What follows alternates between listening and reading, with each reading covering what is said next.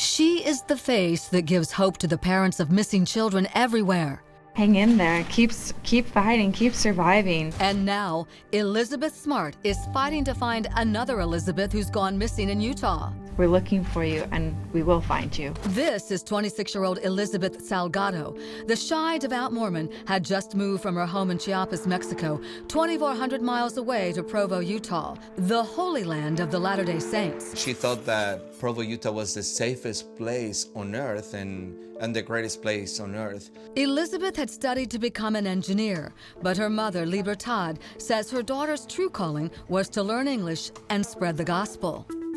So the raven-haired beauty accepted a scholarship here at Nomen Global Language Center. Rosenberg Salgado says his niece even got a job at a local Mexican restaurant. It was like a dream for her to be here. But Elizabeth's dream was stolen from her on this busy stretch of highway in the middle of the day. The day she disappeared, I just had this bad feeling that I had never felt before. It was the afternoon of April 16th. Elizabeth had just finished class and started the mile-and-a-half walk back to her apartment. It was a route she never ever strayed from in the 3 weeks she'd been in Provo. Along the way, she texted her sister in Mexico, as she did every day, to let her know she was walking home. And then she sent a text to her other uncle, Rudenberg Salgado, who lived nearby in Orem, to ask for a ride to the store later that evening.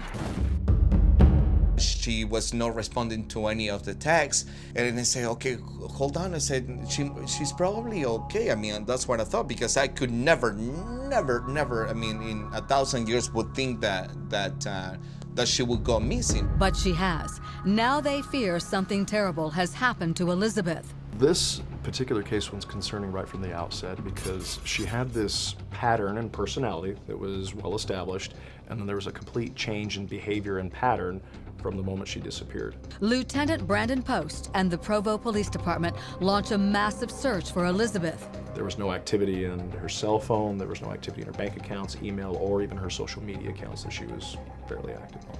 A lot of very positive energy. We're going to find Elizabeth. They painstakingly search every single inch of that bustling mile-and-a-half route. We want you out there looking for any of the clothing that she was wearing, or possibly, if anyone finds her. Elizabeth Smart and her father Ed rally the Mormon community to find the young woman who had devoted her young life to the church. Yet they come up empty. No clues, no witnesses, and no body. All the efforts that we did, it just, like, we didn't get any results. All of us working this case, the detectives on this case, patrol, myself, we're fathers. We have daughters of our own, and I cannot imagine what the family is going through in this case. So investigators start looking beyond that stretch of highway for something or someone who may know more. And then Rosenberg remembers a conversation he had with his niece shortly before she mysteriously vanished.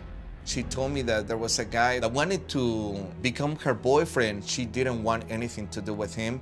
And she only said that the guy got very upset. But the young man checks out clean. Investigators even question her uncle Rudenberg. After all, he was the last person to communicate with her. I never thought it's going to happen here, never.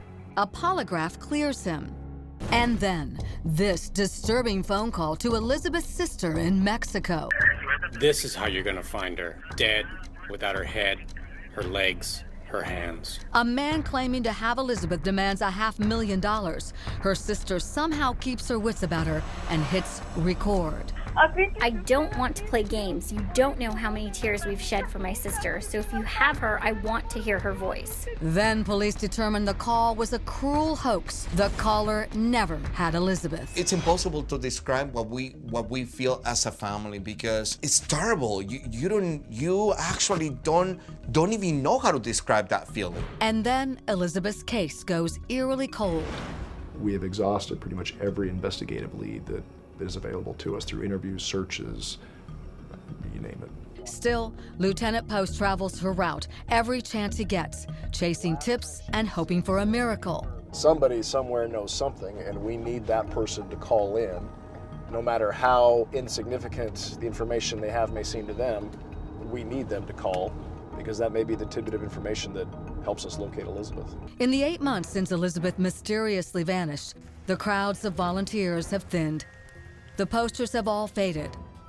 But the Salgado family still prays every single day that somehow, some way, she will come back to them. And if anybody that has my niece, just have compassion on this little girl and just let her go. Now, Elizabeth's parents are convinced that she is alive and is being held against her will. She's described as being 5'4", weighing between 120 and 130 pounds, with long black hair and brown eyes. She was last seen wearing a denim jacket, blue jeans, and knee-high black or brown boots. Please, if you have any information about where Elizabeth might be, you can submit a tip at our website, crimewatchdaily.com. You can also call or text our toll-free tip line, 1844 800 CRIME.